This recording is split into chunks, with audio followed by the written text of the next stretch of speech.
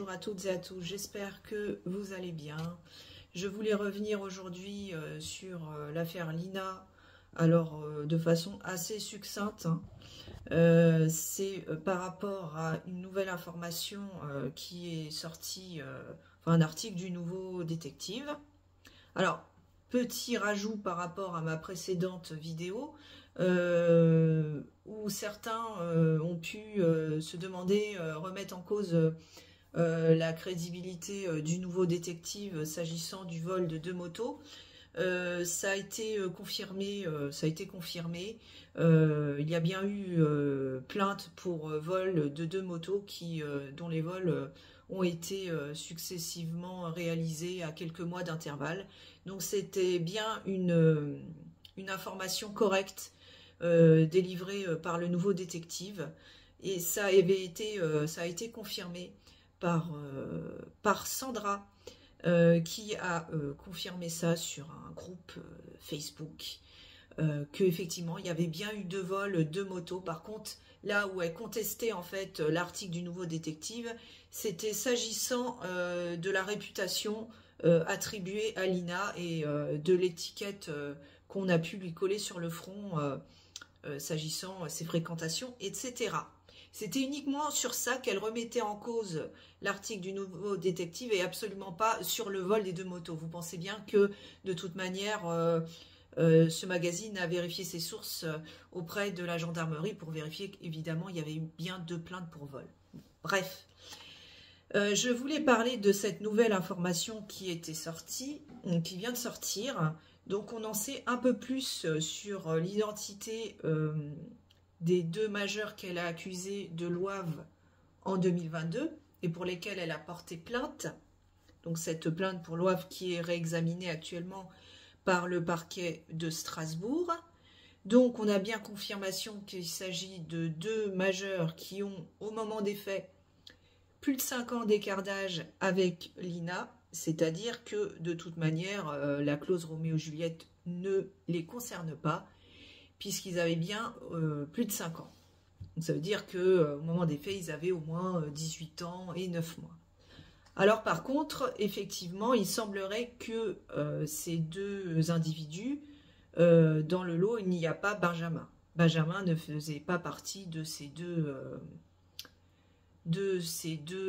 entre guillemets, loaveurs, voilà. Mais en tout cas, ces 2 jeunes étaient majeurs et avaient plus de 5 ans d'écart d'âge.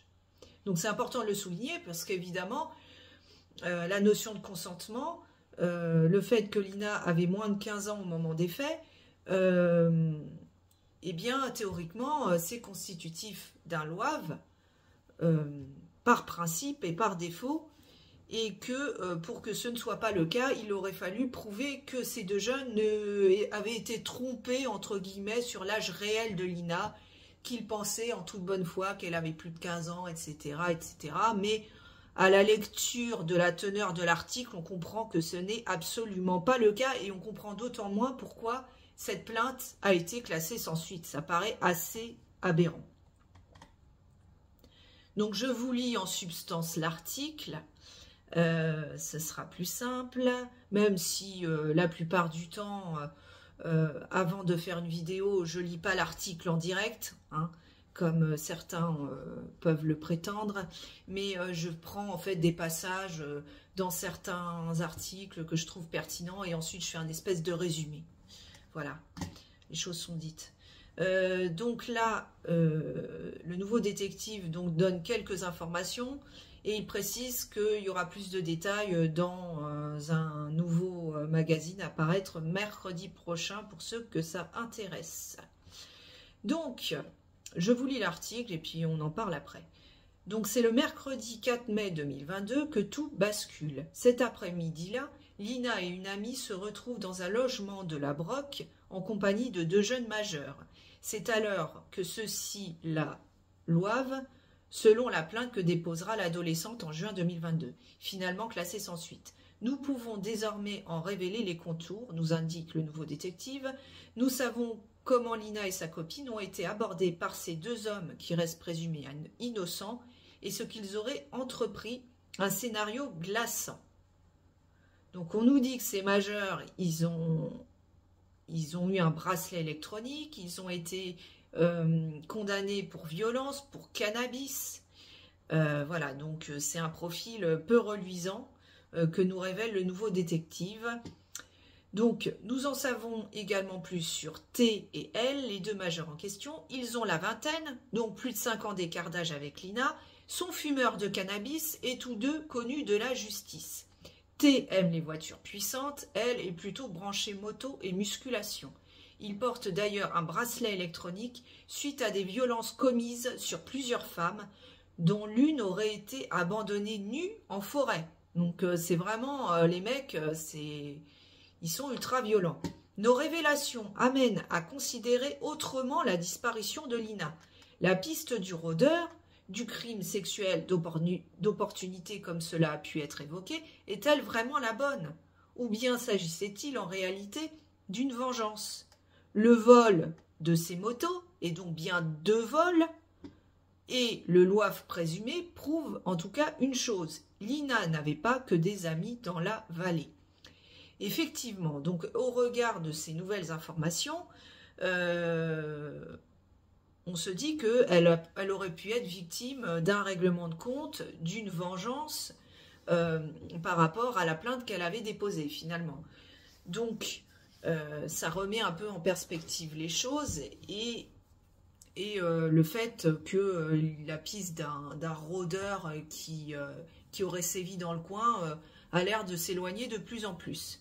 Donc voilà ce que je voulais dire s'agissant de cette affaire de disparition au regard des nouveaux éléments qui sont communiqués par le nouveau détective. Voilà, n'hésitez pas à me dire ce que vous en pensez dans la barre des commentaires.